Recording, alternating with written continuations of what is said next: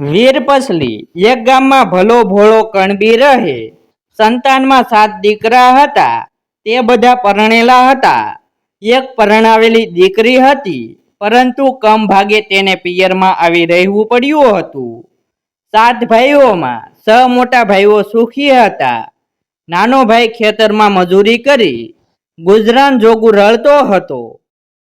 પેલી બહેન અને મા બાપને નાના છોકરા ઉપર હેત વધુ હતું, તેથી નાના સાથે રહેતા હતા. મોટા 6 છોકરા જુદા રહેતા હતા.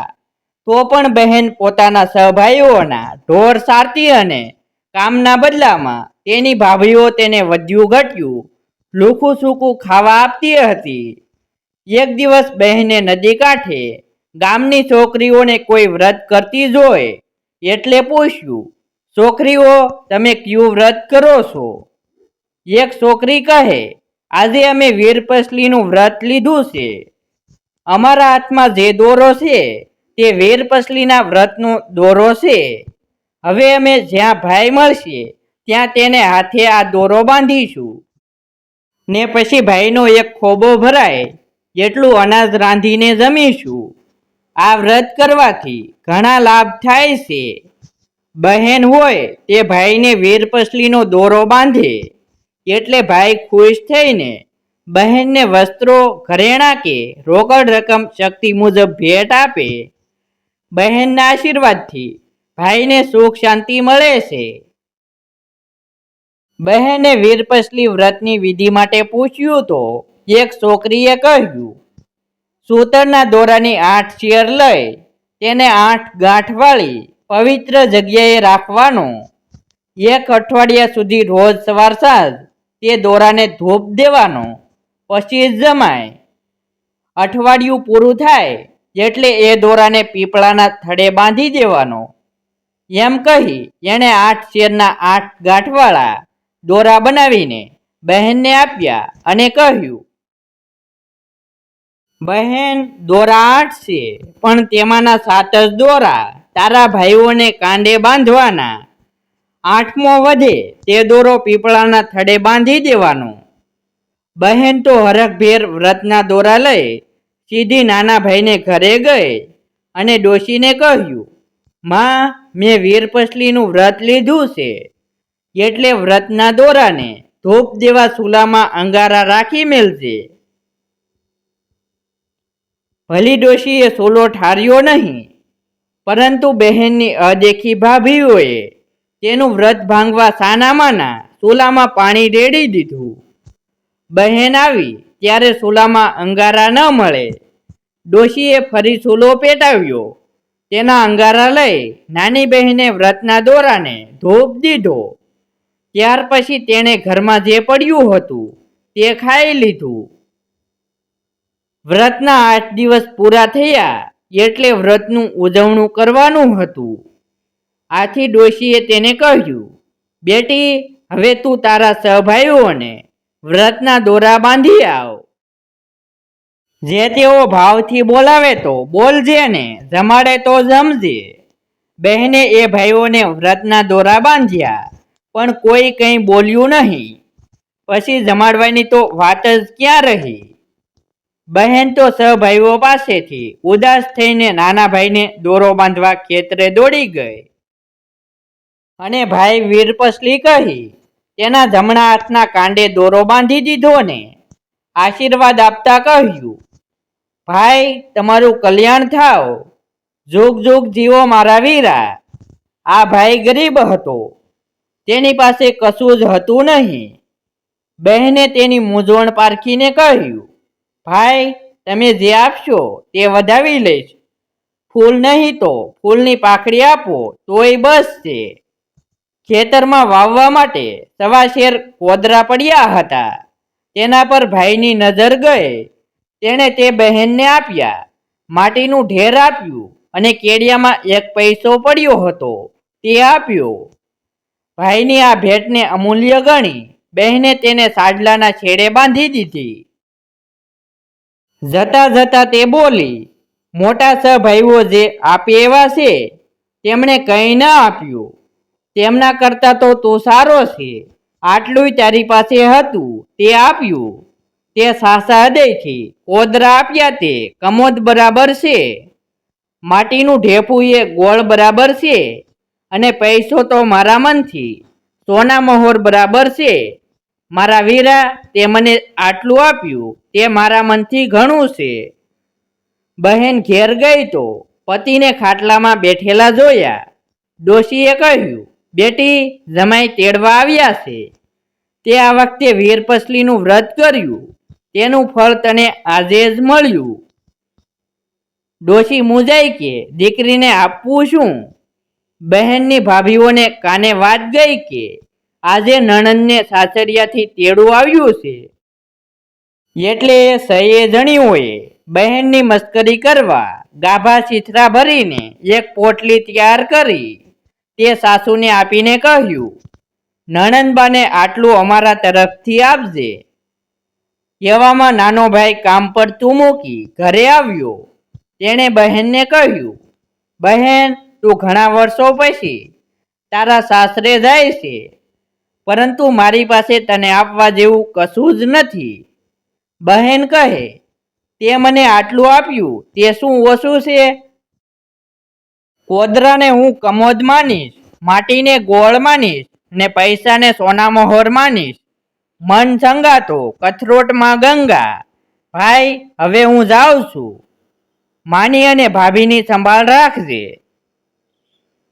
બહેન સાસરે જવા તૈયાર થઈ એટલે તેને વળાવવા મોટો ભાઈ ગયો. ડોશી પણ ગયા. એવામાં ડોશીને યાદ આવ્યું કે દોરાને ધૂપ દેવા દેવતા વગર દીકરી શું કરશે. એ તો ઝટપટ ઘેર જઈ એક ઠીબરામાં દેવતા લઈ આવ્યા.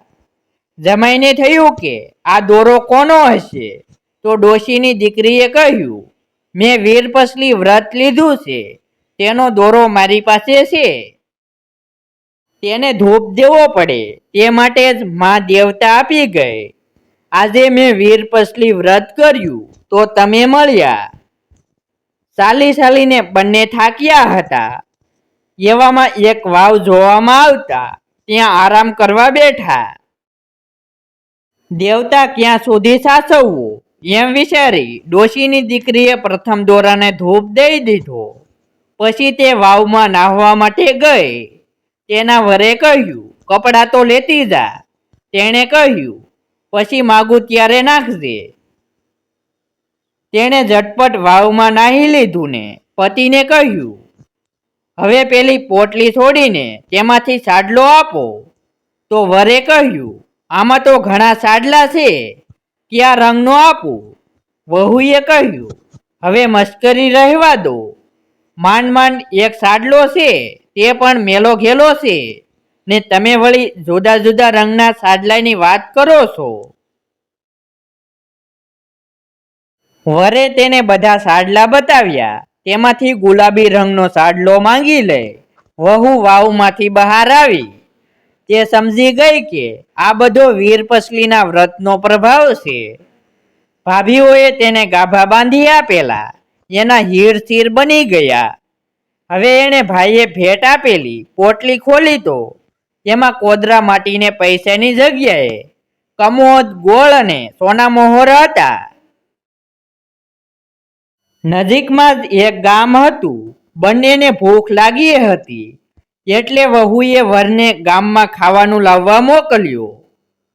વર ગયો ગામમાં ખાવાનું લેવાને. અહીં ચમત્કાર એ થયો કે વહુને એક ઝોકું આવ્યું ને તેની આંખ ઉઘડી ત્યારે વાવની જગ્યાએ એક મહેલ ખડો થઈ ગયેલો. મહેલના ત્રીજા માળે ઝરૂખામાં તે દાગીનાને રેશમી વસ્ત્રો પહેરીને ઊભી હતી. કેટલીક વારે તેનો પતિ ખાવાનું લઈ આવ્યો. એ, હું અહીંયા છું મહેલમાં. આમ કહી તે નીચે જઈ વરને મહેલમાં લઈ આવી અને આ બધો વીરપસલીના વ્રતનો પ્રતાપ છે એમ કહ્યું. થોડા સમય પછી વહુના પિયરિયા દુઃખના માર્યા ફરતા ફરતા આ મહેલ આગળ આવ્યા. વહુએ તરત જ પોતાના માતા પિતા, 7 ભાઈઓ, ભોજાઈઓને ઓળખી કાઢ્યા, પણ પોતે કોણ છે તે જાહેર કર્યું નહીં. પરંતુ દરેકને મજૂરીનું કામ સોંપ્યું. તે નજીકમાં જ એક બીજો મહેલ બંધાવતી હતી. તેમાં બધાને કામે લગાડી દીધા. એમાં પોતાના માતા પિતાને પોતાના મહેલમાં રાખ્યા અને નાના ભાઈ ભોજાઈને રસોઈ કાર્ય અંગે રોક્યા. તેણે 6 મોટા ભાઈઓ અને ભાભીઓને માટી ખોદવાનું કામ સોંપ્યું હતું.